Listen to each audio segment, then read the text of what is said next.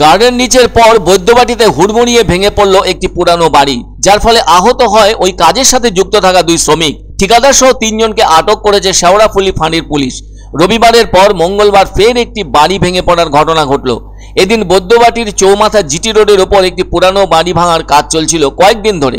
স্থানীয় সূত্রে জানা গেছে, এদিন দুপুরের দিকে ওই পুরানো বাড়ি ভাঙার কাজ হচ্ছিল।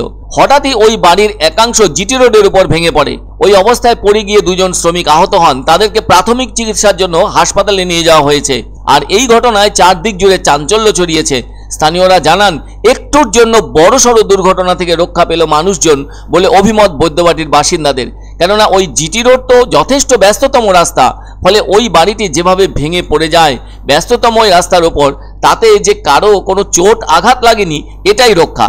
এ ধরনের বাড়ি ভেঙে পড়ার খবর পৌঁছে যায় শ্রীরামপুর থানায়। ফলে ওখান থেকে পুলিশ ঘটনাস্থলে আসে।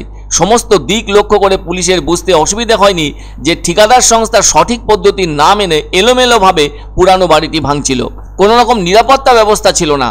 এ ধরনের বাড়ি ভাঙার সময় বাইরের দিকে নেট বা চট দিয়ে আড়াল দিতে হয় নিরাপত্তার জন্য, সেটাও কিন্তু দেখা যায়নি। যেহেতু ওই বাড়ির পাশ দিয়ে জিটি রোডের মতো ব্যস্ত রাস্তা চলে গেছে, তাতে করে যথেষ্ট প্রোটেকশন নেওয়াও দরকার ছিল, যা নেওয়া হয়নি। ওই রাস্তা ধরে তো পথচারীরাও যাওয়া আসা করছেন, ফলে যে কোনো রকম দুর্ঘটনা ঘটে যেতে পারত। অনেকেই বলছেন ভাগ্যক্রমে সেটা হয়নি বলে রক্ষা পেয়েছেন পথচারীরাও। বলা যায় একটুর জন্য বড় বিপদ এড়ানো গিয়েছে। অনেকে প্রশ্ন তুলেছেন, বাড়িটি কোনো অনুমতি নিয়ে ভাঙা হচ্ছিল কিনা। বৈদ্যবাটি পৌরসভার চেয়ারম্যান পিন্টু মাহাতো বলছেন, বাড়িটি ভাঙার অনুমতি ছিল কিনা তা খতিয়ে দেখতে হবে। অনুমতি নেওয়া থাকলে সমস্ত কিছু নিরাপত্তা ব্যবস্থা করে তবেই সেটা ভাঙার কথা। যদি তা না হয়ে থাকে তাহলে সেই ঠিকাদারের বিরুদ্ধে আইনানুগ ব্যবস্থা নেওয়া হবে। অথচ গত রবিবার মধ্যরাতে গার্ডের নিচের পাহাড়পুরের আজহার মোল্লা বাগানে একটি নির্মীয়মান বহুতল ভেঙে পড়ে সংলগ্ন বস্তির কয়েকটি টালির ঘরের ওপর। ফলে সেখানে অত্যন্ত মর্মান্তিক ঘটনা ঘটে যায়। সমগ্র পরিস্থিতি কঠিন হয়ে ওঠে। মুখ্যমন্ত্রী মমতা বন্দ্যোপাধ্যায় মাথায় ব্যান্ডেজ লাগানো অবস্থায় ঘটনাস্থলে এসে কড়া ব্যবস্থা নেওয়ার নির্দেশ দিয়েছিলেন। আর ওই ঘটনা রাজ্যবাসীর কাছে উদ্বেগ ছড়িয়েছে। এ ধরনের আরও কত বাড়ি যে আছে তার হিসেব বোধহয় পুরসভাগুলোর কাছে নেই।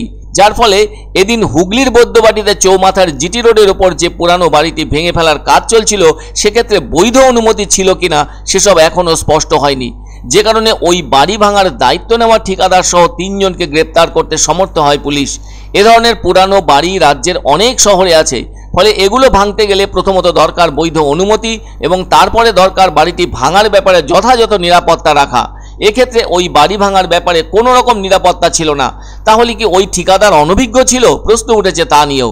তবে বাড়িটি ভাঙার সময় পুরসভার পক্ষ থেকে ওই ওয়ার্ডের কাউন্সিলরের একবারের জন্য হলেও দেখা দরকার ছিল, যা কিনা ওই কাউন্সিলরও দেখতে আসেননি বলে অভিযোগ স্থানীয় বাসিন্দাদের।